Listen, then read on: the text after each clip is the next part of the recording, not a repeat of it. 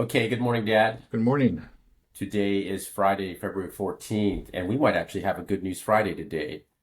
There was a 90-minute phone conversation between Putin and Trump, and it Right. seems like they covered a lot of ground. Just a lot of progress seemed to have been made just in that one phone call. Yeah. Maybe you can just start us off by just telling us what your take of this call was. Was it truly momentous, or am I overhyping it? Well, it's hard to say. Maybe momentous is too strong a word, but I don't.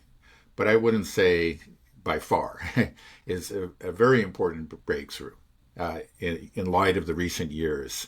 There hasn't been a conversation between the Russian and U.S. leaders for over 3 years now.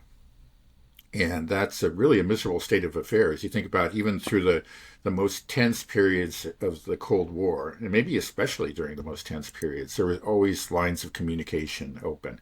And if you remember, the way that the Cuban Missile Crisis was resolved was through some very intense, phone conversations between John F. Kennedy and Khrushchev. And we haven't had that. I mean, that was a very scary state of affairs, especially during this war in Ukraine. There are times where we've gotten perilously close, to maybe not World War III, but a real expansion and serious escalation of the war. And no one was talking, and now this has happened. This is so you have to say it's good, no matter what. Now, I don't know if they really made any progress or not, but they talked, and that's how things began. And so I'm all in favor of it. I think it's just an unreservedly or else express my unreserved approval. And I think it's just it is without doubt a big step forward. Can you tell us about what they did cover in that conversation? Well, they touched on a lot of topics. I think it was mostly about Ukraine, but they also talked about economic relations, about Iran. Um, let's see what else. Those are the ones that come to mind right now. But I know that there were other topics that they They talked covered. about the Middle East as well, from my understanding. Yeah. Well, And Iran, they, of course, is part of that. But right, yeah, but I but think it would extended beyond Iran. You're right. right, and also just the U.S. dollar. Because there's been a lot of talk just about BRICS kind of dethroning the dollar, and it Yeah. seems like perhaps that Trump might have been able to maybe delay that to some extent or shore it up. We'll see how it plays Yeah, it's out. not clear. I don't know that he really understands. I mean, afterwards, he said he totally destroyed BRICS. And which is just nonsense. BRICS is there and growing and becoming more and more influential. So I don't know quite what he's thinking. I just don't know what happened there. Right. He seemed to have this idea that BRICS was in a hurry to create some sort of alternate currency, something to rival the dollar.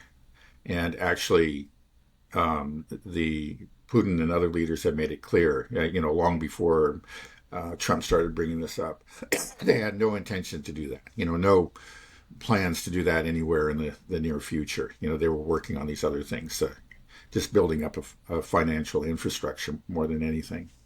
Hmm. Right. To me, it just felt like this was a moment where it was just a firm acknowledgement that the unipolar moment is over. That we're now treating Russia as as a great superpower, and I hope that we're doing the same with China, even though it sounds like we're trying to divert our Yeah, attention to China. But at least maybe that is an acknowledgement because they are a great superpower. I hope yeah. that we do have good relationships. Do you feel like that this is kind of a Yeah, real I think shift? that it's clear that that is a current, an aspect of Trump's thinking. He does, yeah, he does clearly he does have respect for Russia and for the Russian government and the Russian President Putin. It's a respect that just we haven't seen, not ever uh, during Biden's administration. It was nothing but demonization, and not just of Putin, but of much of the Russian nation, and that was so that this is a real change, which I think is extremely important. Um, started talking about the Russians as human beings again. He likes them, and and Putin's obviously is not a monster. He gets along with them. I think humanizing them that's really important. I mean, so much of the horrors that we see in history are often preceded by this dehumanization, like what we're seeing in Palestine right now, unfortunately. And I don't know if Trump really understands, but he's put himself on the wrong side of that one. But the fact that he's humanizing the Russians again, I think is extremely helpful. And it just kind of, we've talked a lot about how you can work out treaties, but if you don't change the narrative, in the end, nothing really changes. You go back to the narrative. That's what's shaping the reality. And now, these steps that he's taking, just using these words, is beginning to change the narrative. Now, again, we got a long ways to go. Let's not forget that this is just the first step. But it's if you're in a negotiated peace settlement, something that is the objective, the stated objective of this, and we may never get there. And if we get there, it's going to be a long journey. There are many more steps, and there are forces arrayed against this that are very powerful, and they may very well win out. And Trump himself at some point just may say, "Oh, I can't do this. I can't. I can't meet these terms. This looks really bad." And you just never know. He's got an unpredictable personality, and he may. It doesn't feel that way to me, though. Yeah. Because he never mentioned anything about a ceasefire. Hegseth and Trump, they seem to be sure that I don't have the clip here with me, but Trump's just saying that, the Russians fought really hard, so they're going to keep that territory. Yeah. Right. There's that acknowledgement of that. So I don't, and there was an acknowledgement that they need to kind of address the larger security concerns of the Russians. Right. That there needs to be I think security Trump has said, place. actually, I think after the conversation, he said that that NATO was the cause of the war. Right. And so he's making it clear that, he understands that, no NATO in Ukraine. And that's good. Yeah, that's immensely important.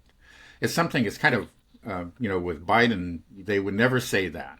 At the same time, whenever there was talk about bringing Ukraine into NATO in the near future, they were against it. So, why couldn't they just say it? That Right. would have been very, very helpful. They never did. And Trump did, to his credit. And he said it more than one time. And then you're hearing it repeated by Hegseth. One person that seems like he wasn't given the same hymn book, is not singing from the same hymnal as Kellogg. I think just yesterday, again, he said that maybe we'll have to bring Ukraine into NATO. But he seems to have been pushed aside. I mean, I think there was a number of people that were listed as being part of the negotiation team, and his name wasn't on the list. And it wasn't Hegseth, rather it wasn't Kellogg, but it was Witkoff, who went to Moscow and arranged the prisoner swap, and probably cleared the way for this phone conversation. Right. I know you don't think that Trump plays 3D chess, or maybe nobody does, but maybe some people around him, they understood just how much the establishment machine was after Russia. And, just thinking about the whole Russia hoax in Trump's first term, this constant demonization, they probably knew that if Trump was going out from the get-go saying that, we're going to let Russia take some of this territory, Ukraine could never join NATO. We just think about the rhetoric coming from Western Europe and the U.S. for the past 3 years is just, as long as it takes, Ukraine is going to join NATO. We got you 100%. And Kellogg was sort of parroting that. And almost to me, it feels like, could it have been Kellogg was just almost a smokescreen? You go around, pacify all these European leaders, talk to them, and then the real deal will be done without anybody knowing. And what's incredible about this is that the EU isn't part of this negotiation as well. And when they're talking about addressing the further security concerns to really hash out these negotiations, it's not going to be done in Europe. It's going to be done in Saudi Arabia is what it sounds like. Right. And then also even Ukraine, the way that Trump said it, he said, we'll inform Ukraine about our decision. that this is between Russia and the U.S. Right. Everybody else, you guys are just, Right. you guys are just observers. Right. Don't Yeah. get involved in this. This is between the two powers. Right. The Yeah. adults are speaking. You stay at the little kids' table. Yeah. Well, yeah. First on on the question of Europe's involvement and Ukraine's involvement, I think there are indications that they're being pushed aside, much to the alarm of these countries. But that's very good. If we're going to have any chance at a negotiated solution, they need to be pushed aside because they have been consistently against negotiations. Let's be honest. And having them at the table or trying to achieve some kind of consensus before presenting something to the Russians, which Kellogg was doing. And by the way, I think Kellogg was just being Kellogg. What you say that maybe this was part of an elaborate scheme, it's not impossible. Maybe Kellogg wasn't even in on it. Just say, Kellogg, you be Kellogg, but we're going to do a real thing. Okay, I think that's more likely. It's not like they told Kellogg anything. Right. It's just like, let him say these things. That'll just, and we'll work on what we're really going to do. I think that's possible. I think that may be what we're seeing. So Kellogg had this idea that you would go around to the different Europeans and the Ukrainians, and they would talk and achieve some kind of consensus, and then present it to the Russians. That's just a formula for failure. That's what they've been doing. Really, I mean, they've never even gone so far as presenting it for the Russians. So maybe it would be slightly better than what we've seen in the past, but it's essentially the same thing because that consensus is so far from anything that the Russians could ever accept. So you just need to keep these people out of it. They're, the vast majority of them are just bonkers, and they don't, and they have admitted openly that they're dependent on the U.S. They can't really provide security guarantees to Ukraine, for example, without the U.S. Right. And so I think it's realistic, and it's actually necessary for the U.S. to keep them, at arm's length. And the Europeans will just have to accept it. Right. It's just such a drastic change from what we've seen under the Biden administration. We would have these peace summits where Russia wasn't even allowed to be at the peace summit, know? And so you have these things I think the last one they were saying at least considering letting the Russians come, but the Russians would not be allowed to participate. They would be just there, and then, everybody would get together and present their consensus to them. Like, here are the results. It's basically an ultimatum. It's not negotiations. Here's our ultimatum. Accept it. That was the extent of it. Mm. Yeah. What you were saying earlier is you said, we still have a long ways to go. Kind of what I've been following and listening, I feel like, okay, we're on the path. That there's like it's over. It's done. Like, we finally have reestablishing relations with Russia. Another thing they covered a lot was energy. Perhaps you're going to repair the Nord Stream pipeline, and I think this makes a lot of sense for Trump too, because inflation is a big issue here that he's being attacked on domestically. If he can just tap into Russian energy and open that market, slapping tariffs on steel and aluminum is not going to help. But true. But I mean, But anyway, that's another issue. Right, but I think that he is interested in opening up the market. We would see a lifting of sanctions. Well, on the other hand, like there was some sort of peace plan that was suggested that had come from the Americans and was being talked about or reported in various media outlets in Europe, and that included the idea that the Americans would restore the pipelines and lift the sanctions, especially on energy. And I have trouble believing that because, well, let's not forget that in his first term, Trump actually fought Nord Stream. He imposed sanctions on German companies and Swiss companies, if I remember correctly. And then recently, and this is very much in keeping with kind of his general approach to things, he's been saying that the Europeans need to buy more energy from the U.S., which really doesn't make sense for them. It would make much more sense, of course, for them to buy from Russia.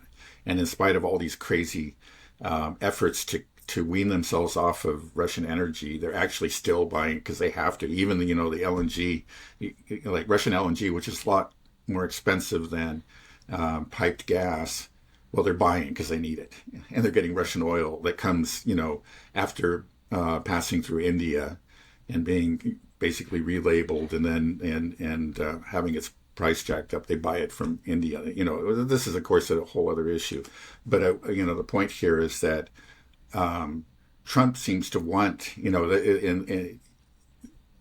want a kind of a captive market for American energy. So I don't know if he's open it, but maybe he'll change his mind. Maybe he will negotiate that. We'll see. Yeah, we'll see. I mean, he's also, demanding repayment for all the money sent to Ukraine. Right. $500 billion, $500 billion, and more. Yeah, I don't know if it's actually that much, because that's not what's been reported. But he doesn't seem to be very good with figures. I mean, he's kind of all over the map. Maybe it's just the way he negotiates. He just throws out a higher number. It's just sort of instinctual for him. Just throw out high and then we negotiate. Yeah, who knows? Yeah. Okay, well, let me play you a little clip of Lavrov. And this was on CNN. What struck me was that now the entire world is in a state of shock, viewing the phone conversation and the news about it as something extraordinary. This shows to what extent the staff of the Biden administration, led by their president and their European satellites, have abandoned dialogue and diplomacy as a method of communication with the outside world, opting instead for threats, sanctions, and the arming of the regime in Kiev to wage war against the Russian Federation. Judging by the surprise and shock caused by the phone talks between Trump and Putin, it seems that everything happening in Ukraine and the actions of Zelensky's Nazi regime have been taken for granted. This is how you should communicate with Russia. Perhaps that is why many in the West, including the leaders of the European Union, were shocked when a simple, normal conversation took place between two polite, educated individuals. So just seeing that on CNN itself, I think, is impressive. That the narrative is really changing. Right. But I want to talk about just the surprise and shock and the panic within the European Union. Why is there so much shock and panic? Right. Well, first of all, as we've said many times, the Europeans have allowed themselves to become vassals of the United States. But their understanding of this deal was, that the great king, the U.S., was the leader of, global hegemony, of which they were a part. And so they could, though there's secondary, there's subsidiary figures or entities in this arrangement, they can bask in the light. They're part of the international rules-based order, we can call it, or just, I think, really more justly, Western hegemony. They're close to the center, if they're not the center. But yeah, he seems to be breaking that down. I mean, there's a recognition of the other powers. They find it very disturbing because they have. I think Europe of even 25 years ago would not have found this disturbing, but they have gone long ways down this path towards, you could say, ideological purity, in the service of global hegemony. And part of that is that everything outside of our community is evil. And, this seems to explain a lot of their behavior. Like we're just recently talking about the energy links between Russia and Europe. I mean, it just doesn't make a bit of economic sense. The whole thing is just so bizarre, cutting off these pipelines. Very recently, we had the Baltic states disconnecting themselves from the Russian electricity grid, and immediately their prices doubled. But now they're somehow free, and it doesn't make a bit of sense. It really doesn't. The only way to really explain this behavior is in terms of a need to maintain ideological purity. And one thing that, Trump he's not ideologically pure. He's really messing up. He's attacking, the kind of the foundations of their faith in a way. I thought this is who we were. And he's speaking in ways that he's not supposed to speak, and they find it very scary. Now there's a more practical aspect to it too. It's just that, he is also making noises, and we may learn more about this at the Munich Security Conference, which I think is going on right now. But he's been making noises about reducing U.S. troop presence in Europe. And he's long said that Europe needs to increase, the European countries need to increase their defense budgets. He wants them to rise to 5% of GDP, from the 2%, which some of them are meeting that, particular target now and others aren't. So that's, that puts a real economic burden on them. They're in a fix because their economies are not strong. And again, they don't have the dollar as a reserve currency, so they can't just print money. When they increase these their defense budget, they have to reduce other parts of their budget, the social services and so forth, things that are popular with their people. And I think Schultz just the other day was very frank about that. Yeah, we got to increase our defense budget. So people just have to accept that they're going to get less in other areas. But this puts them in a tough spot, doesn't it? I mean, because again, a lot of these, as we know, many of these governments are very unpopular in a rather precarious position. And there is a populist right that is rising in many parts of Europe and is threatening the establishment there. And a populist right that's kind of similar in the outlook that Trump has. So they find the whole thing terrifying. It's just their whole world is being torn down. And then one other thing, just on the economic front, is that Trump is saying that, okay, yeah, this is going to be, the U.S. has been carrying a lot of this burden right now, helping to support Ukraine. Yeah, we really don't want to do that anymore. And it's going to be your job to do that from now on. And then when it's time to rebuild Ukraine, which is going to be a very, very expensive project, that's for you Europeans to deal with. So all this is very, very bad news for the Europeans. Yeah, but I would be in a state of panic over the past 2-3 years of the Ukraine war, because this is clearly not going well for us. All of our, armaments are just being depleted. Our munitions are gone. They haven't done anything. And we have this mess. The United States, our greatest ally, our glorious leader, blew up our largest energy infrastructure in Europe. And now our economy is in tatters. The people are upset. We got a flood of immigration and issues with, Ukrainian refugees and everything else. It's like, this is a disaster. I just feel like you would be like, oh, thank goodness. Yeah. Thank goodness. Right. Well, that's what a reasonable person would think. And, that's the way, for example, Viktor Orban or Robert Fico. That's the way they look at it. Those are the two, at present, the two dissident countries in Europe. But now it looks like we may have more, Romania may go ahead and hold elections, and Georgescu is likely to win, so we'll have another dissident government. Austria is in the process of forming a government, and that too, I think, would be fairly described as dissident on geopolitical issues. And then there's even, I don't know how likely this is, but like the Czech government, which is now very, very much in the hegemony camp, could lose the upcoming election, and then we could have a dissident government there. That's a real. You have these two small countries now, and the rest of Europe can ignore them and threaten them and bully them, and that's what they've been doing. But if you have four countries, and one of them's Austria, it just becomes much more difficult. It's a real a division within Europe.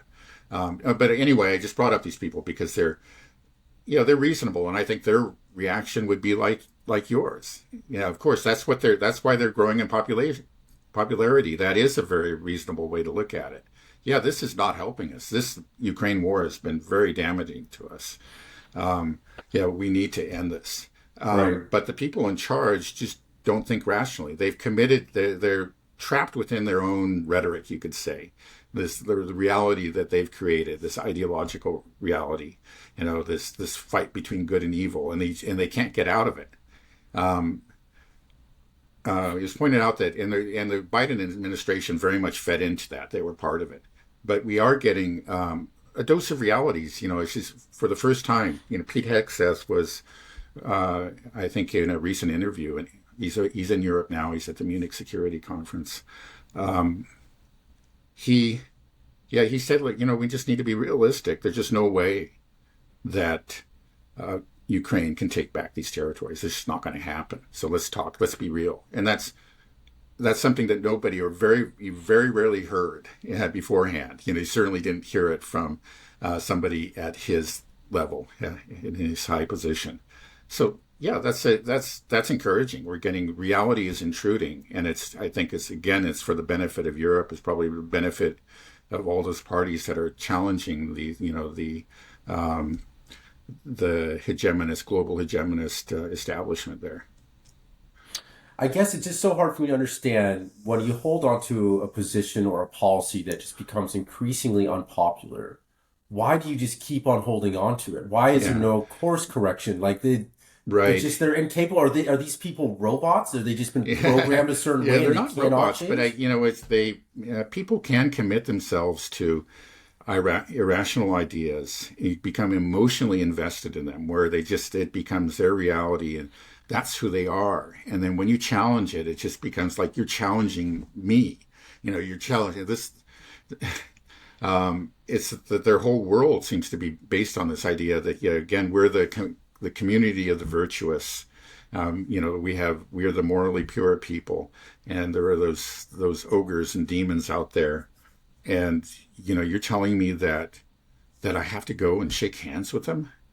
It's just, they can't be. And you're making these arguments about impracticalities and economic costs and so on. Well, I don't care,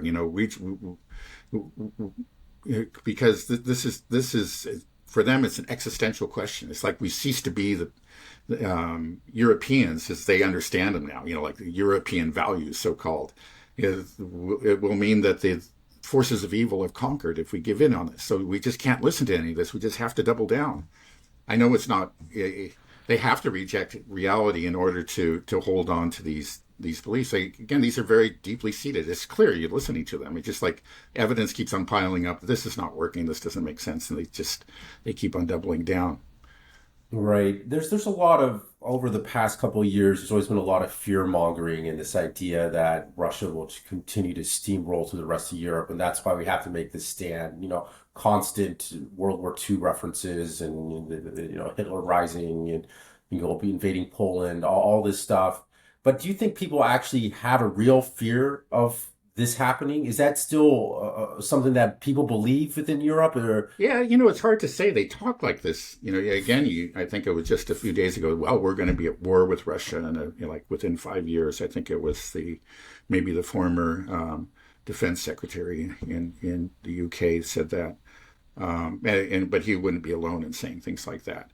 But then you look at the concrete steps that they take, and it doesn't seem to reflect that belief. If you really believe that Russia might be invading you in a few years, you would put your economy on a war footing.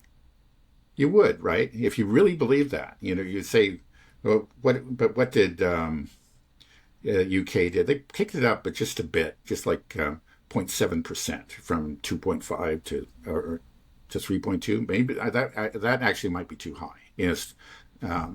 But it just ticked it upwards, and it would be, and if you look honestly at their military capabilities right now, they are just pathetic. They actually would have to go up to 6 or 7% for several years to build up a considerable military force. They have a pathetic force. They have fewer soldiers than they had, like before the Napoleonic Wars in the early 19th century, and their navy, their military equipment has been greatly depleted as a result of the Ukraine war, and what they have left is frankly junk. I think, again, I know I've mentioned this a couple of times, but it was a think tank, a British or American think tank that concluded that in a real war, all-out war with Russia, land war, they would run out of munitions within a week. So what are you talking about? I mean, it's just like, oh, now we're going to spend 3% or something on defense. So that's just, you're just not talking about reality. And that's what you find out across Europe. So it makes me think, I don't know, but it's hard to explain, but maybe deep down they don't really believe it.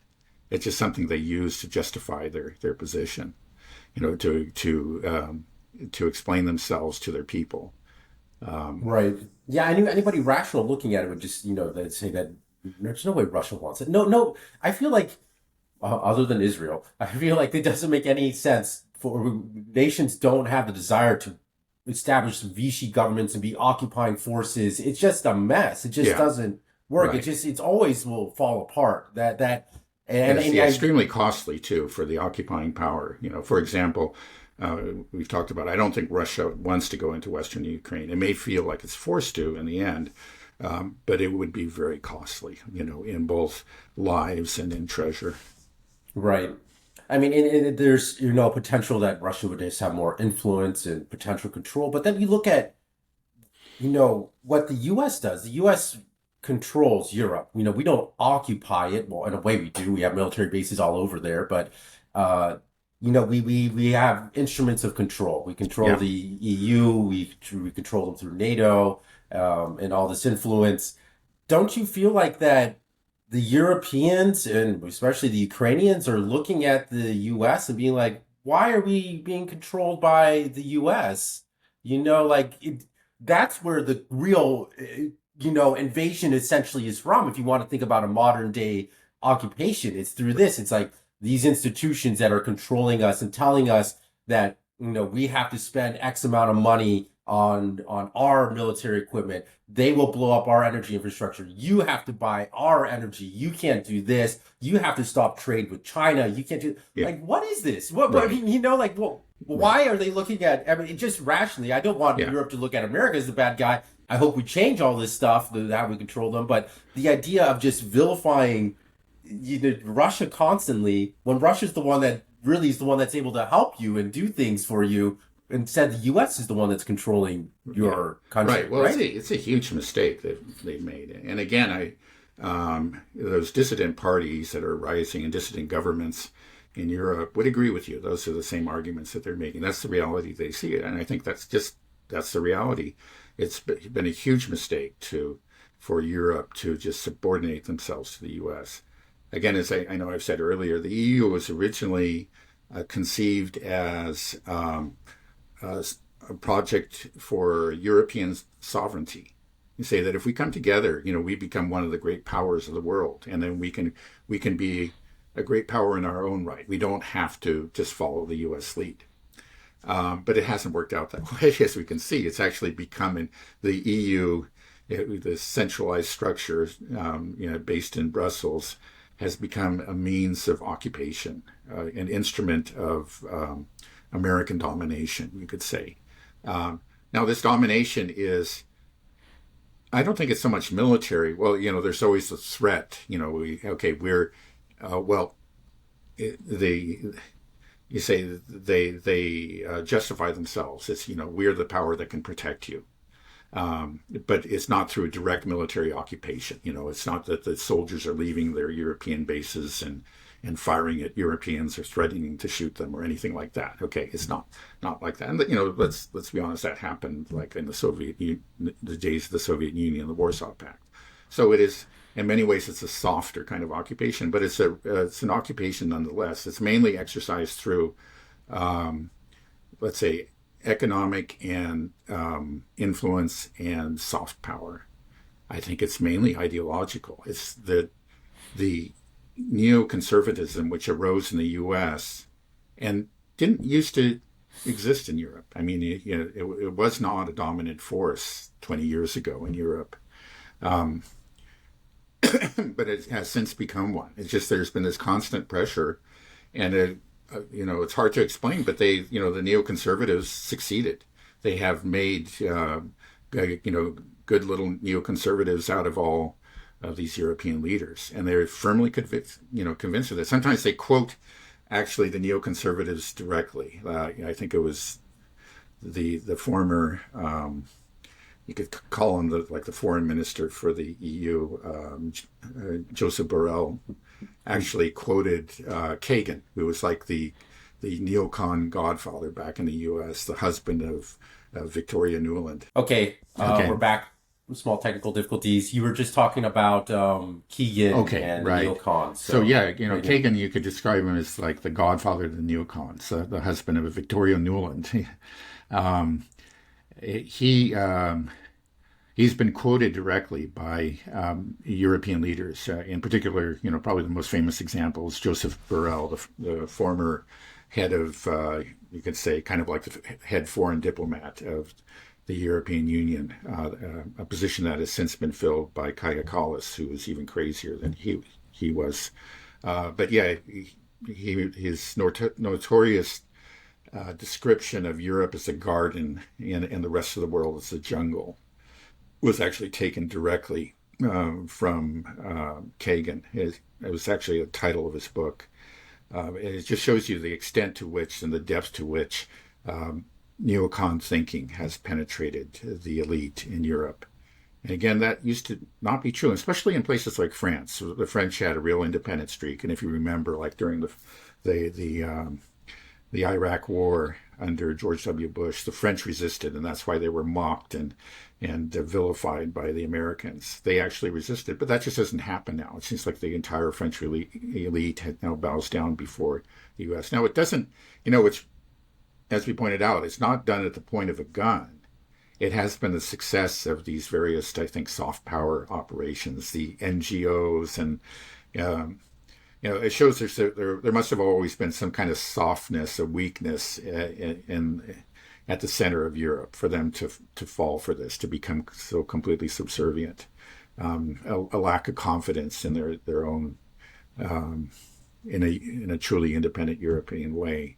They ended up kind of just they felt happier as vassals, rather than as leaders, and so when the neocons pushed. They just didn't find much resistance. And so now you have a Europe that's really dominated by neoconservative ideology, and one that's in a real fix now that you have somebody who is not a neocon, Donald Trump, president of the U.S., and he's come back. The first time they managed him. This time it's not so clear that they can. They will fight back. So let's remember, this is just like the opening shots in the battle. And Trump has come out, with his gun blazing and has done a lot of damage. And it seems like the opposition has just been completely taken aback. They're on the back foot. They haven't really put up any notable resistance. But I think over time we'll see them regroup and fight back, and they've got their own levers. They have their allies within the deep state. It's not that Trump has destroyed the deep state; he's going after it. But this is just the opening battle in a war. We'll see. I feel like it's over, to be honest.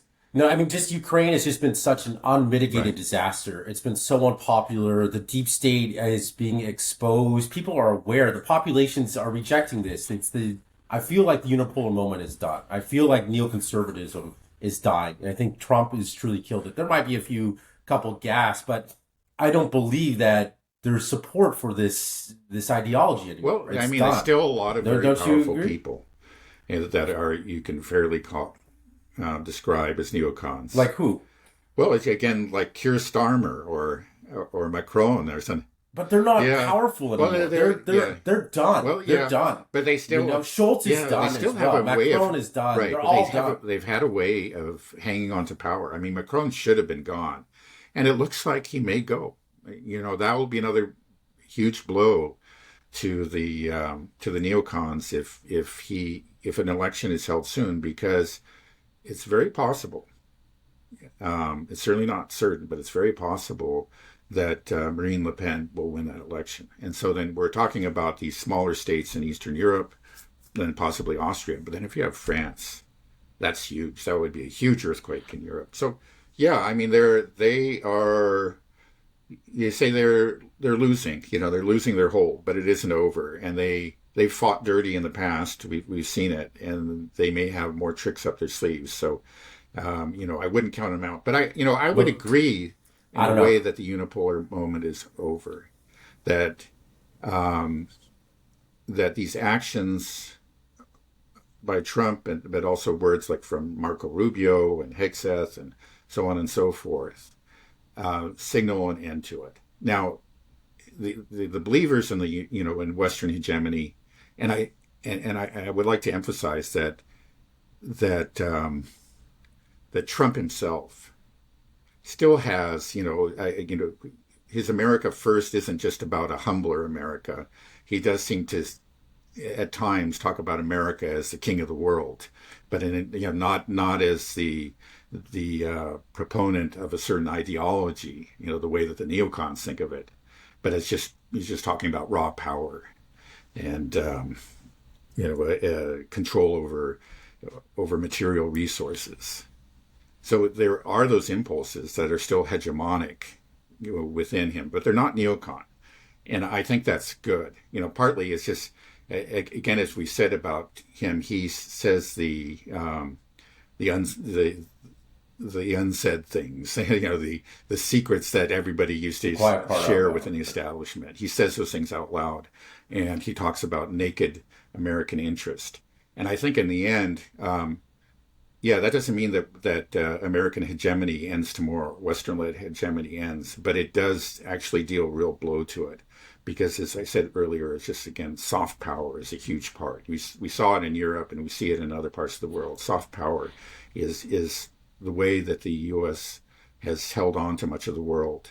And I think that, this new thinking, this cruder way of thinking, it's not going to persuade people around the world to align themselves with the U.S. They're going to see that this is clearly, about American self-interest. And here I am in Georgia. Why should I support that? Here I am in Egypt, or if we're talking about the elite in Egypt, why should I support that?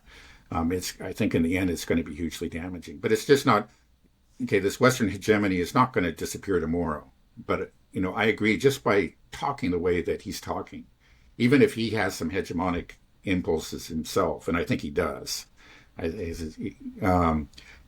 we're seeing the sun setting on the global empire. Let's put it that way. Right. Yeah, I mean, there's you've talked about Austria might be one that's moving soon, and that'd be a big blow. But I mean, we have the German election coming up very soon, right? I mean, the AfD wins. I think that's possible.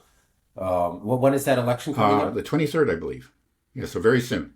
So yeah, Right. just a week. So I mean, that will just be another nail in the coffin. But I feel like it's the lid of the coffin's possible closed. that the AfD will get the most votes of any party, but still all the other parties are committed to keeping them out of power, so they won't be able to form a coalition. And I think we, unfortunately, will end up with a coalition that's very much like the old one.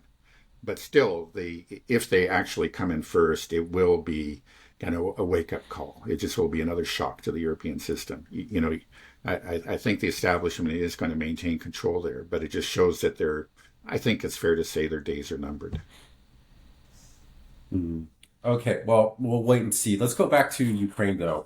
There's a couple things I want to ask about Ukraine. I mean, one is just, how the Ukrainians themselves, just the population, not the military, how are they feeling about this after everything they've gone through? They've been led down the primrose path. In some way, Europe, the whole continent of Europe, has been led to some extent. Yeah, Ukraine above all. Ukraine has suffered, suffered incredibly. We're looking at potentially 1 million people that have died or at least severely wounded. And then I heard on an interview with Tucker Carlson, 22 million Ukrainians have fled the country. The country is destroyed. They're going to lose who knows how much territory, at least the 4 oblasts, probably more. Who knows? Russia may go into Kiev. They're going to lose everything. And it was all because of these promises that the United States said. And then on top of that, the U.S. is saying, now, sorry, no NATO. I know the last administration promised that to you. You're never going to NATO. And, we're not going to even give you any security guarantees. And then on top of that, all that money we gave you, we want it back. Give us some. We need all that money back. So it's like, if you're Ukraine, it's like, well, everybody's dead or gone. And the people that are left are just these crazy Banderite neo-Nazis that are making me just stay in my basement because I don't want to get nabbed. Like, what has been, and then the country has been halved in terms of territorial size. It's just like, how can they? I just don't see how they can have any support within that country, the current regime. Like, I just don't understand how it can last. I feel like it's just it's done. I mean, clearly it's done, but I just don't know how. Right. Zelensky is still moving. Clearly Zelensky himself is not popular. And if anything like a fair election is held there, he will lose. But there still is a surprising amount of support for the war. It's been going down steadily over the last 3 years, but there still is a surprising amount of support if you believe the polls. But I would speculate, let's just say, that support is largely based on this faith in the West. It's like the West has made these commitments to us, above all America. It's kind of a cargo cult, that it's just like, we just got to keep on looking.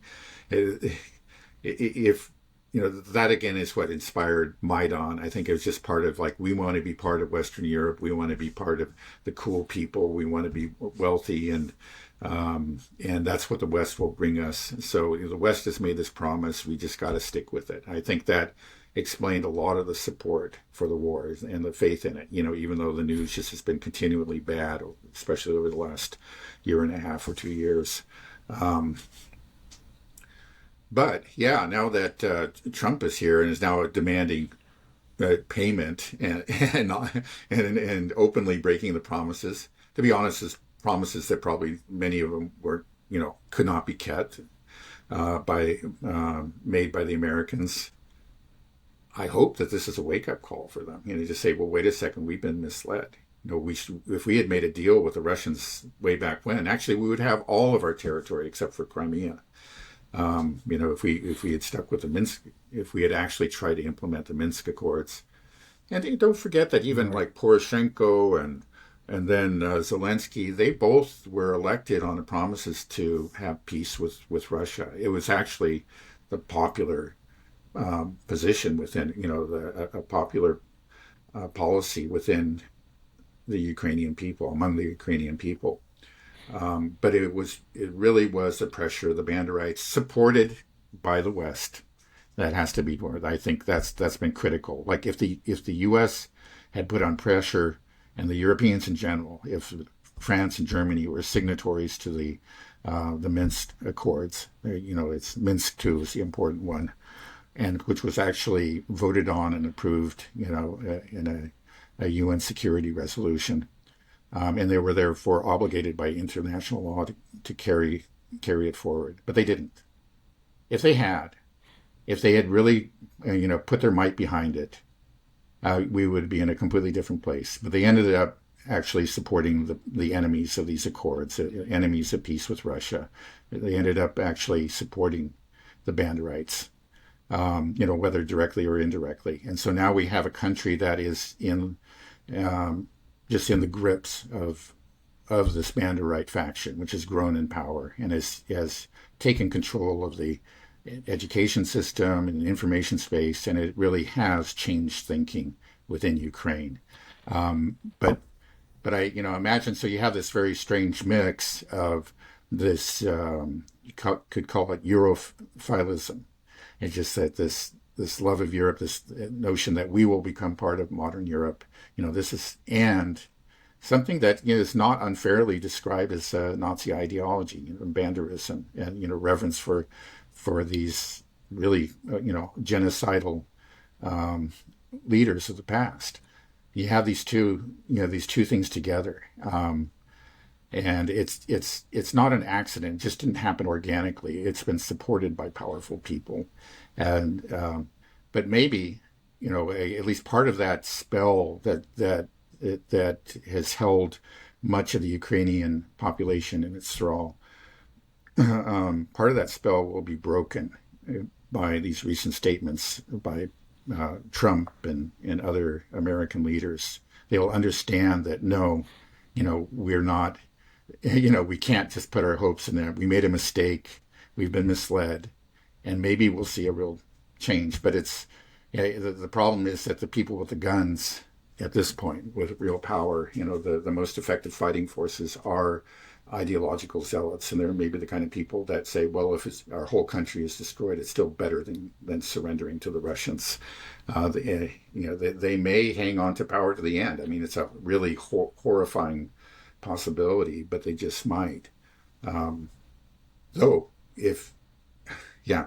Anyway. there's been talk about having elections in Ukraine. That's something that Trump's voiced, and I believe JD Vance as well. That's something. Can the U.S. actually just impose that? Say, okay, Ukraine, you have to hold I think elections that, now. yeah, they could. We've I mean, also been hearing. because the fact is that Ukraine is dependent on the U.S., largely dependent on the U.S., and then we have Europe. If the U.S. just says, okay, if you don't have elections, we're just we're stopping all the arms flows, and no more, not another dollar for you, they'd have to do it. I think they would, even if Europe said, we'll help out. It's just not going to be enough. Yeah, Ukraine is such a mess. It's got a zombie economy that's just utterly dependent on Western aid, and their army, of course, is now entirely equipped by NATO. And so, if a considerable proportion of that is denied them, I don't think they have a choice. They'll have to do it now.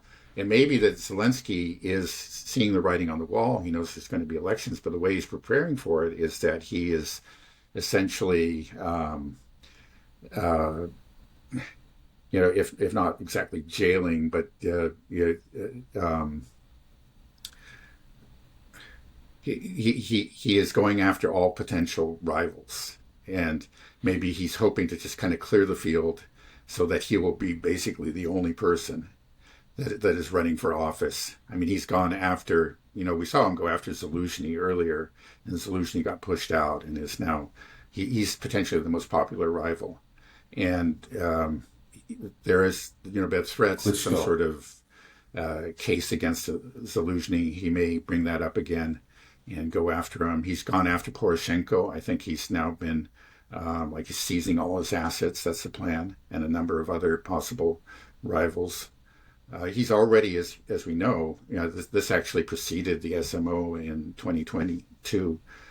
He has banned all rival political parties, especially first with just the Eastern Ukrainian political parties, because they were favorable, friendly to Russia, at all independent media. So now that he has total control over the information space, I mean, this whole thing that this is about democracy is just so absurd on so many levels.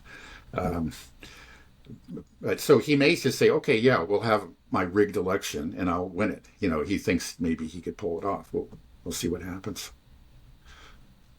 Yeah, I don't think so. Yeah, I heard, the mayor of Kiev is also another political candidate potential, and I think he just arrested to some, people in Klitschko's party had him just thrown in jail, and there's talk about maybe he might try to throw Klitschko in jail as well. He's the current mayor of Kiev, so yeah, it's wild. But that's our guy, There's the great, brave defender of democracy. Right, he went in, first after the pro-Russian people, but now he's even going after pro-Maidan. Like Klitschko was the leader of the Maidan revolution, but now he's going after him. It's just all about him, Zelensky and his people holding on to power, and to maintain that hold. Right. He has a very, very close relationship with the Banderites, with the Azov, brigade, and these other far right groups.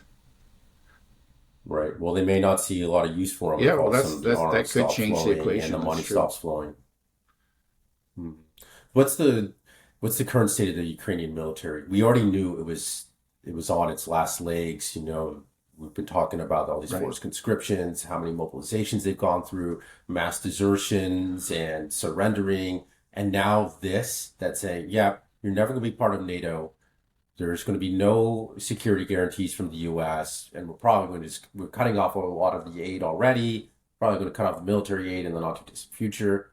How are they still fighting? Yeah, well, it's actually amazing that they're still putting up a stand in certain places like Chasiv Yar, where they have fought bitterly. Kursk is another place where they keep on pouring in reserves. That's what's happening. I think it's maybe those two places that they're really trying to hold on to very tenaciously, but they are losing in both places. There's just no question that all the trends are in favor of the Russians. And I think especially in the case of Kursk, again, because they don't have the fortifications there, this is Russian territory. It's not one of these places where they could build their concrete bunkers and all, dig their tunnels and so forth. They never had time to do that. So the casualties there have been especially massive. Again, because they keep on feeding in reserves into Suzhda. It was the one town of any size. We're talking about maybe 5,000, 6,000 people. That was the only town of any size that they captured there. But that's basically, or pretty much all that they have now. The Russians are tightening the noose, and there's this one supply line that has been a very precarious supply line into Suja. They still are able to feed soldiers in there, but in the not so distant future, I think that's going to be cut, and it's really going to be the end of Kursk, and Chasiv Yar is going to fall within. It's been a long, tough battle. Chasiv Yar is different. It's a fortified city on a hill. It's a tough fight, but we're down to the very end. I think it's something like 90% of Chasiv Yar, and then there's a little suburb of Chasiv Yar that's part of the larger Chasiv Yar, you could say, conurbation. But within a month, I think it's going to fall, and then that's that. And then the other places, again, the Russians are, it's not that they're racing across the steppe or anything, but they are just advancing steadily. You just hear like every other, every day there's another village or two villages that fall. One place where they've made very rapid progress recently is up around Kupiansk. They, a couple months ago, they crossed the Oskol and the Zherovets rivers, which are pretty small rivers. But they were natural barriers, and then they established bridgeheads on the other side, on the western side, and then in recent weeks they have expanded rapidly from those. So those bridgeheads are growing quite quickly. So yeah, overall the situation of the Ukrainians is really desperate. And again, it's only going to get worse. It's just that we've seen this. The Russians keep on getting stronger. The Ukrainians keep getting weaker. I still see articles in the Western press about how Russia is basically, on the verge of collapse. But I've been seeing these for 3 years, and all the evidence is the opposite. It's just they've been getting stronger and stronger. And so their situation, the Ukrainian situation, is desperate, and I think what we're going to see, and what we've already seen, is really desperate moves like false flag attacks. The Russian intelligence has warned against this. They said that actually the Ukrainians have some plan to maybe attack and sink a European ship in the Baltic Sea, and then to blame it on the Russians. They have another plan to maybe attack civilians in Ukraine and blame it on the Russians. And then I believe it was just last night, there was an attack on Chernobyl, the site of the terrible nuclear accident. Saw that. Yeah. There is I guess a special kind of containment vessel was built over to prevent further radiation leakage. Radiation dome. But that was attacked by a drone just last night. And immediately the Ukrainians blamed the Russians, which is just absurd. Actually, if you look at the record of both sides, the Russians have never attacked any nuclear facilities. They've been very, very careful not to. But the Ukrainians have done it continually. I mean, the Zaporozhye nuclear power plant is something they've been attacking, off and on, and at certain times just continually ever since the start of the war. And then they've also launched a few attacks against the Kursk nuclear power plant, and it's believed that was the objective of that Kursk offensive. Thank God they never got close to it, but that's what they were after. So I think it's clearly a false flag attack, and they may have other false flag attacks up their sleeves. There's as they become desperate, as they see the writings on the wall for this regime. I don't think that regime's not going to go down quietly. They're going to flail. They're going to do something crazy. They've already done crazy things, but it's going to be even crazier now. I think it's going to be very damaging, though, especially to the narrative, because I don't think these false flag attacks are going to work, especially at this stage. It just becomes so apparent why, at this Yeah, point, where the U.S. said no more, because this was always the plan for Zelensky, was that we have to draw in NATO into right. our side. So that was his idea, was doing these Hail Mary passes. And now with the U.S. coming out and Right. saying no more security Yeah, guarantees, well, and that's no, right, we're exactly. never I mean, join that's NATO, that's a big it's problem. The over. reason he could do a lot of these very reckless things, like attacking the Zaporozhye nuclear power plant, is that he had the Western media firmly on his side. And I remember like going occasionally reading reports. You know, the idea was that the Russians were shelling their own um, nuclear power plant because the Zaporozhye nuclear power plant came under their control very, very early on in the conflict, and that they have their people there. They have soldiers camped out, right around it, but for some reason they were aiming artillery shells at this nuclear power plant under their control. That was the crazy claim that the Ukrainians were making. And now it was kind of hard for Western media sometimes reported it with a straight face, but a lot of times it's clear that they're very uncomfortable with it. So I remember reading like articles in the New York Times, and it's just a very frequent use of the passive voice. The nuclear plant was shelled. They couldn't quite get themselves to say the Russians are doing it, but they try to make this implication, and through a lot of very convoluted sentences. But I think it eventually came out.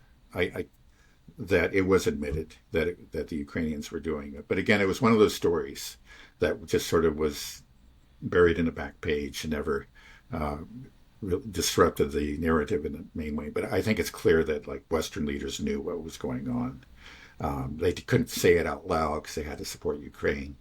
But now that the U.S. is like openly speaking about the need to end the conflict and no NATO, all these things, I think that if they do something very reckless like that, they're just not going to have the same kind of media support they had in the past. They could rely on that to cover up their actions.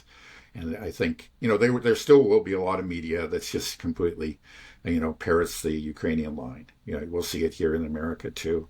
But there will be enough of a dissent, because we have probably the U.S. government, I would hope, just saying, no, this is not true. This doesn't make sense. We don't believe it. And that's going to disrupt the narrative that Ukraine wants to support. Right. It'll be a very, very bad image on Ukraine. I mean, you're saying that there's Russia warned of a attack on European vessels Right. in the Baltic. Let's say if that happens, you don't think that? I mean, there's no way that they could get away with that. Yeah. Right? Well, I think You don't think so? I wouldn't say there's no way, but it seems to me a lot less likely than now. I don't know if they would even get it. They might get away with it, more likely to get away with it under Biden. But even Biden and his administration was reluctant to. They didn't want the war to spread, and they were using Ukraine as a battering ram against Russia. That was the whole plan. But they didn't want a broader war, and something like this, if an incident occurred within the Baltic Sea, it could very easily develop into a broader war, potentially into World War III. And, we saw that earlier. There was somewhere fairly early in the conflict, there was that missile that struck and killed, I think, a couple of Polish farmers in Poland. Mm-hmm. And immediately, I think it may have been an S-300 missile fired from Ukraine, but the Ukrainians claimed that it was a Russian missile that it deliberately targeted Poland, and they're demanding that Article 5 be invoked. And it was one of the rare times, I just remember this, it really struck me, because typically, no matter what sort of outlandish claims that Ukrainians made, often false ones, the U.S. always supported it because they just supported Ukraine and the cause there. But when that happened, they actually said, no, we don't see that. That's not what the evidence shows. It was actually a Ukrainian missile that went off course. The question, was it deliberate or just accidental? I don't know. So even under Biden, they were reluctant to support these false flag attacks, these attempts to extend the war beyond Ukrainian borders. And I think it's even less likely now. I think he'll fail. Okay, let's just humor me. Pretend that they do. Let's pretend that they do carry out this false flag attack and they sink some European vessel. It's it's not going to fly amongst the Europeans. Like, what kind of repercussions would there be for Ukraine if they did Yeah, something well, like this? Would it be recognized like this is a yeah. terrorist state at Well, this point? again, I think that's the big difference. Under Biden, probably they would, um, they would react similar to the way they reacted to the missile in Poland, right? So they would try to contain it, but they didn't go after Ukraine and point to point the finger at Ukraine. They just try to keep it quiet and say we're not going to let this spread. But under Trump, I think there's not a lot of love for Ukraine. You sense that. It's not just Trump himself, but J.D. Vance and others. They really don't like Zelensky and his government. And if he does something like that, they may find that the U.S. kind of trains its information guns on Ukraine and just starts saying, well, look, I think they would be wise to do that. Say, hey, this is a terrorist state. What's the point? Why should we be supporting them? Right. Yeah, and that the dam could break then all of a sudden about this, the brave Ukrainians, because I believe because we talked about other atrocities that Ukrainians have reported have been committing in Kursk and in the Donbass, and who knows about that Crocus City Hall attack as well. If this comes out, I wonder if there'll just be more. The dam could break, and all of a sudden, with these other stories, all of a sudden Ukraine starts to become the bad guy, and I just wonder how that's just going to just destroy Yeah. everything over the past 3 years in the West, how it's Right. just Yeah, all going because to they've play out. right, It's building up this wow. kind of this aura of virtue around Ukraine, which again is ridiculous Right. for many, very, very many reasons. Um, Occasionally things would come out. Like I think there was concern even under Biden about terrorist attacks on Russia and so on. It's like they're a little bit worried, or they're trying to, there would be leaks to the New York Times saying that the CIA is concerned about the actions that Ukrainian intelligence has taken, and we've advised them against it. They're trying to put some distance. Maybe it was a total lie, but they still try to put some distance between themselves and Ukrainian terrorism. But I think I think the current administration will go much farther. That Ukraine could find itself in real hot water. Yeah, that's good. Again, maybe I just want to say, like, looking at the larger picture. Again, in spite of, I'm very happy about what's happened. It's good that they're talking. It's good that, Trump's talking about Russians as real people. It's like we're undoing the dehumanization, and that's all very good. It's good again that we're seeing growing dissent within Europe. These are all very encouraging trends. Still, I'm pessimistic that they actually will achieve a negotiated settlement. I hope they do. I think in the end it would actually be best for the U.S. and for Russia.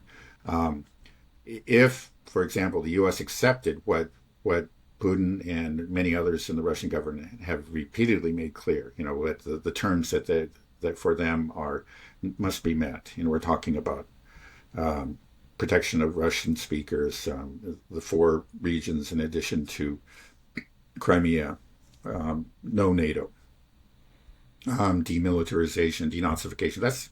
Those are the most difficult ones. I don't know if they can really do that. Maybe they'll just have to compromise on the denazification in particular, because it's just so hard to uproot those people. But maybe if they can just contain them somehow. If the U.S. if Trump is able to accept that, that would actually be, again, good for both sides. I'm sure of course, there will be a lot of howling, a lot of gnashing of teeth in the West. There's no question about it. But right now, it seems like Trump has got the wind in his sails, and this is the time to do it. And I think he can, again, if he points out the things we're talking about, the corruption in Ukraine, the terrorist activities, this was Biden's stupid idea. We're just not doing this. And again, because he does have reality on his sides, and there are a lot of people in Europe that are responding to that, and it explains why governments, these globalist governments are starting to fall in Europe. I think if he was really consistent, he just bit the bullet, because he'll come under extreme attack. It would be good, because the alternative, it'll be easier for him to walk away, at least initially. Because you say, okay, we're just washing our hands. Europe, it's your problem. and he can give those same reasons to the American people. We're just not going to waste money on it. I think it would be a popular decision. But the danger then is, the lines that are crumbling now will truly collapse, and we'll see a rapid advance. And then just when the Russians cross the Dnieper, they head towards Kiev, they take Odessa, these kind of things, and just like the panic and the finger pointing and saying that, like, look what Trump has done.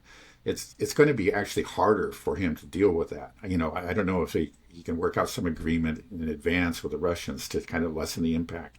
But that's when we're going to see real desperation, and then some, so the establishment forces really lash out, and I think Trump may actually find that more difficult to deal with.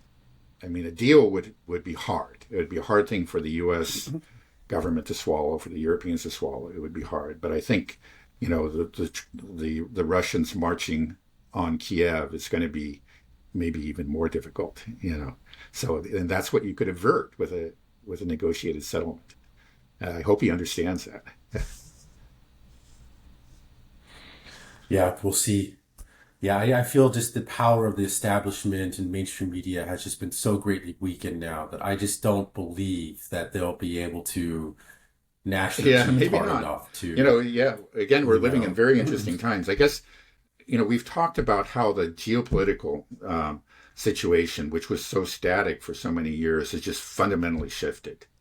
The sanctions on Russia and the effort to cut them off and isolate them, and the failure of that has really changed the entire the geopolitical landscape of the whole globe, and it's given impetus to the rise of BRICS, and many countries that were firmly in the Western camp are now moving away, hedging their bets. It's really changed things. It's just in a remarkable way.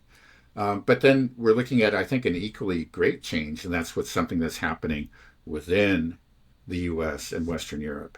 Now, how it plays out, it's like the old power. They still have, a lot of cards to play. They remain very powerful, but they have been damaged. It's true, and it's I think more than anything, it's like that aura of invincibility is gone.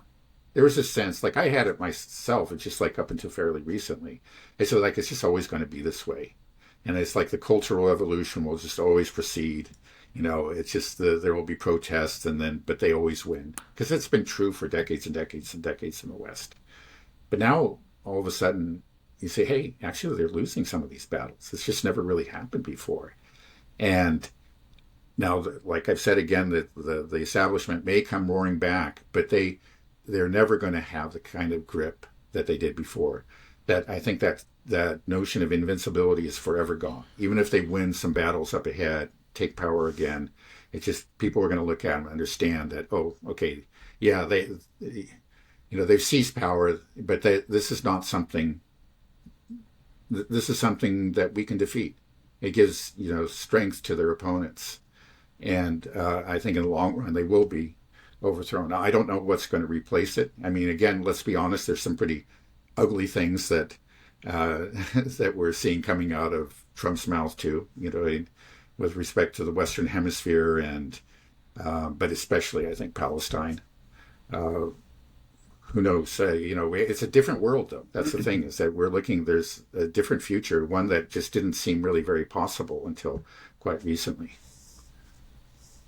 Right. Yeah, I don't know what to make of Trump in the Middle East. He posted that video of Jeffrey Sachs where he called Netanyahu a deep, dark son of a bitch. And then a week later, he's just like, Netanyahu's my best buddy. We're going to ethnically cleanse Gaza. But now the fact that he talked, I think it's hugely significant that Putin is talking to Trump about Iran and also just the Middle East in general. And I think that relationship between Putin and Trump, because I'm sure it's just like he's trying to set Trump right. Trump has just been fed this misinformation constantly. Right. But he's saying that, I'm sure that Putin's saying they don't have a nuclear weapons program. In fact, if they had any thought of it, part of the reason we signed this agreement with them is that they've convinced us that they're just not even going to consider it. They've set that notion aside. I think that's probably what Putin told him. You're right. And the fact that this meeting is going to be in Saudi Arabia, I think is also good. I think just the fact that Trump wants to talk to everybody, wants everybody to like him. And, it just seems like that's how it always, he talks a big game and then he goes and meets with somebody and then he's like, yeah, we're best buds now. That Yeah, just seems no, to be it's the like way. in So, I spite mean, of, he's a narcissist, he's greedy. You can say a lot of, you could criticize him justly in many, many ways. But you get the sense that he's a real person in the way that a lot of these empty suits, these, the Bidens and many previous and current Western leaders are not. I mean, one thing you notice, like Biden never seemed to express any concern about the loss of life in Ukraine. And Trump does, and I think he means it. It's just like, yeah, it is terrible. It's just like for Biden, it was just, as long as it takes, we just got to keep on giving him weapons. And it was destroying Ukraine. But it was just the hopes that we can make Russia bleed, we'll keep on doing it. It's just this very inhuman. In the end, maybe not a whole lot will change, but just there is some humanity there. Maybe it's in a rather kind of crazy, confusing package, but there is some humanity that we didn't see before. right. Well, tomorrow that's when the hostages are supposed to be released, or all hell's Right. going to break loose, according to Trump. Yeah. So we'll see what happens. But even, it's scary, but I just feel like there's still more hope with Trump than there was with Biden.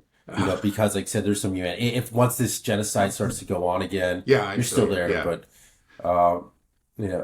if the genocide just starts off again, I just feel like there's gonna be a lot of pressure. If he starts to talk to MBS and the Egyptian and Sisi and King Abdullah more, I just feel like with him talking to these other people, hopefully he'll be able to put together just a somewhat realistic picture of the situation and realize that maybe he's being had by Netanyahu. Yeah, and all the we'll just all the see crazies how around much him, the Zionist crazies around him, and his donors and so forth.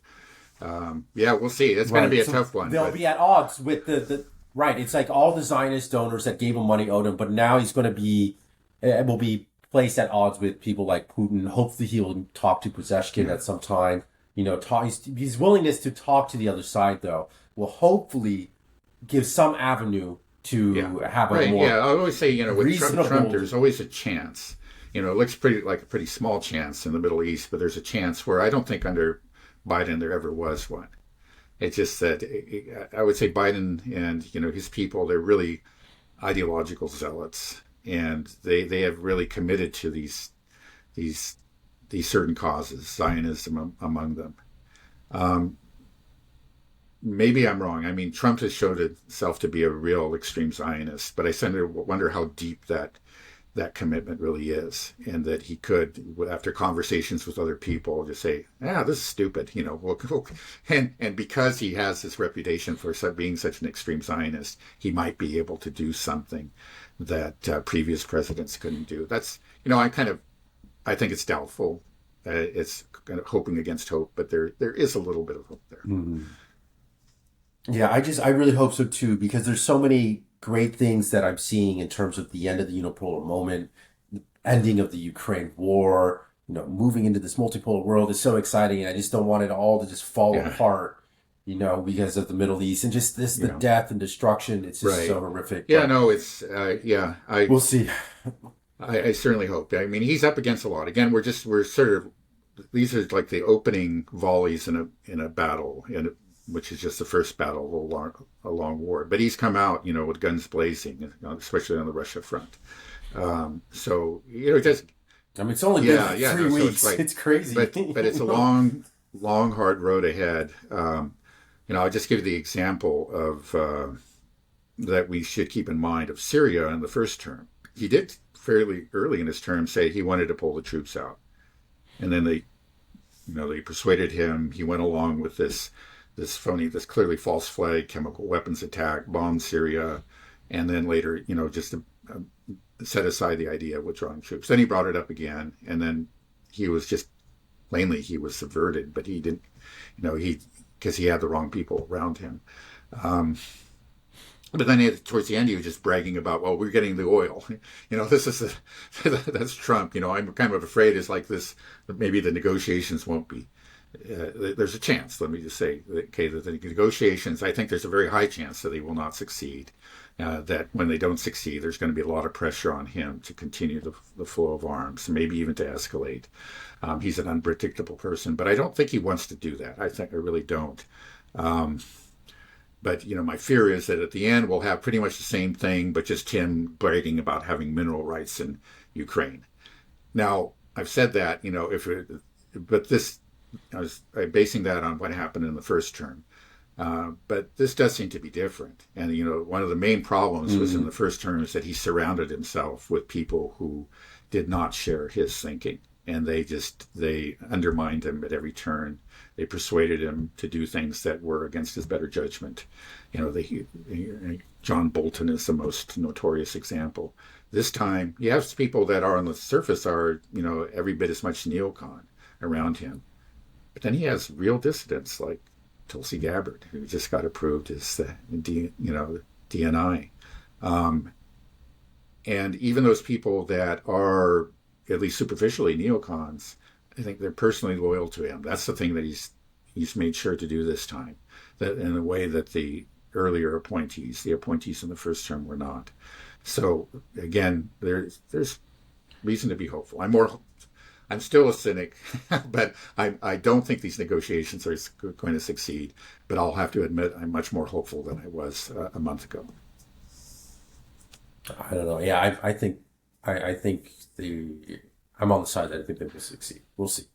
Okay, Dad. Well, we've gone long this time, so let's end it there. We'll have a lot to talk about on Monday. It's just been a roller coaster since Trump's come into office. Yeah, again, the world is really changing. I mean, this isn't just entertainment. This isn't just politics as usual in the U.S. This is something different. Yeah, I just feel like most people aren't aware. I have some friends coming over tomorrow for a little party for Henrik, his poo-poo party for being potty trained.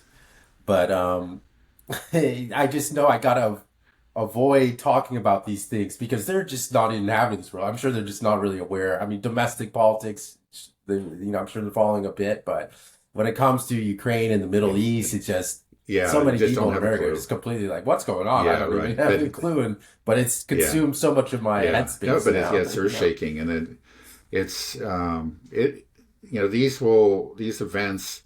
Yeah, they're happening out beyond the U.S. borders, but of course there are actually earth-shaking things happening within the U.S. We've talked earlier about the attack on the deep state, which is ongoing. So even within the U.S., I'm sure your friends are maybe a little bit more aware of that and the importance of that. We are entering into just a new stage of history now. Yeah, for sure. Okay. Are you and Mom coming? I don't know. I have to talk to her about that. When's it going to be? I think it's at 2. Well, maybe. I think. I'll confirm yeah. I would love to attend. I've never attended a poo-poo party. It's my first poo-poo party too. I'm pretty excited. So, okay. Well, let's end it there, Dad. Okay. Have a good day, and maybe see you tomorrow then. Okay. Bye-bye. All right. Bye-bye.